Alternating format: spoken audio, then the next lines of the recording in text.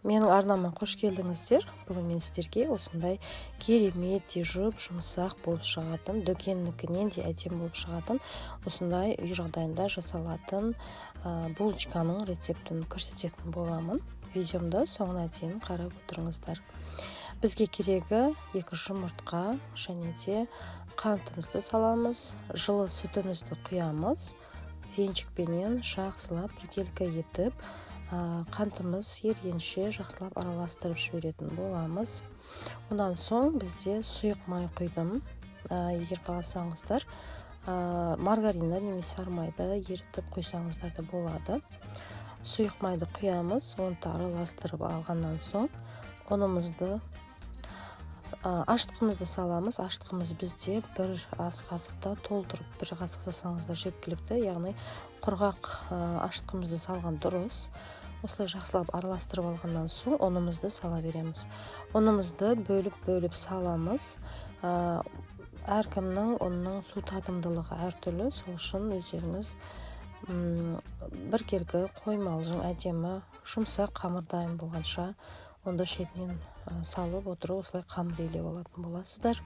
Неге жұмсақ, осындай қолға жабыспайтын қамыр болған кезде қамырымыздың үстінен мінекей кішкене ғана майымызды құйып, қолымызбенен 1-2 рет басып жібереміз, яғни қамырымызға майымыз сіңіп, сондай әдемі жұмсақ қамыр болуы үшін. Енді қамырымыздың бетін жауып, жылы жерге 25-30 минутқа қалдырсаңыздар болады. Өте әдемі жұмсақ осындай қамыр болады. Бізде салмасына мен творогтан дайындадым. Сол үшін өте керемет болып шықты. Қаласаңыздар, мінекей өте керемет қамыр болып шықты. Ыдысымызға да мінекей жабыспайды. Осындай қамырымызды енді біз бөліктерге бөліп алатын боламыз. Майда бөліктерге, яғни қолымызды майлап жібереміз. Және де осылай дөңгелек пішінде етіп, барлығын бөліп алып дайындап аласыздар, және де оны бетін жауып 15 минутқа немесе 10 минутқа қалдырсаңыздар жеткілікті, яғни қамыр өзі көтеріліп, әдемі болып пісуі үшін, жеңіл болып шығуы үшін осылай 15 минутқа қалдырған дұрыс.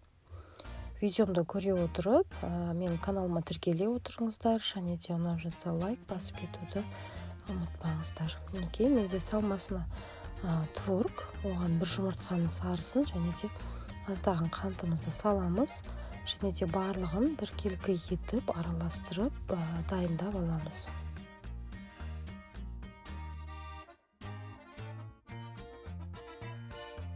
Қамырымыз көтеріліп, неге осындай жұмсақ болып дайын болады. Сол кезде қолымызбен осылай жайып алатын боламыз. Және де 1 шай қасықта қамырдың көлеміне қарай өздеріңіз осылай саласыздар, және де осылай жауып, барлық жерінен творогымыз, яғни шығып кетпейтіндей етіп, қолымызбенен басып, біріктіріп жібереміз. Және де осылай пышақпенен бөліп, осылай кесіп шықсаңыздар болады. Яғни кесіп шыққаннан соң булочкамызды ораймыз. Қаласаңыздар, иілдіріп, түзу болмаса, осылай формада қалдырдым мен. Өйткені осылай әдемі көрінді, және де осылай көтерілгенше біраз уақытқа қалдыратын боламыз, және барлығын осы видеодағыдай етіп жасайсыздар.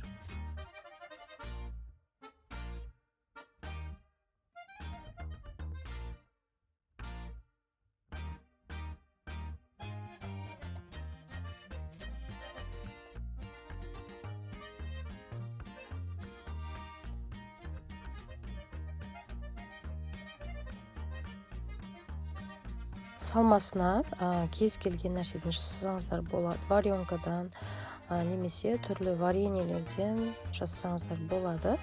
Менде бүгін осындай творогтан жасадым. Осылай противенге қойып барлығын дайындап, менде 10 минутқа бетін жауып қалдырдым. Кішкене осылай көтерілгеннен кейін ғана жұмыртқаның сарысын осылай тегізсе барлығына жағып шығатын боламыз.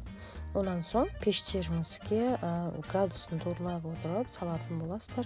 180 градуста 30 минуттың ішінде жұмсақ үлпілдек булочкаларымыз пісіп шығатын болады. осылай және менде осындай күйде екі түрлі етіп пісіріп алдым. Мінекей булочкамыз дайын. Өте керемет болып шыққан, жұмсақ. Барлығыңызға жасап көруге кеңес беремін. Және де менің каналыма тіркеліп, барынша қолдау білдіріп кетсеңіздер екен. Барлығыңызға рахмет. Видеомды соңына дейін көргендеріңіз үшін. Видеом пайдалы болды деген ойдамын. Міндетті түрде отбасыда бала шағаларыңызға жасап беріңіздер. Өте керемет, барлығына ұнайтыны сөзсіз.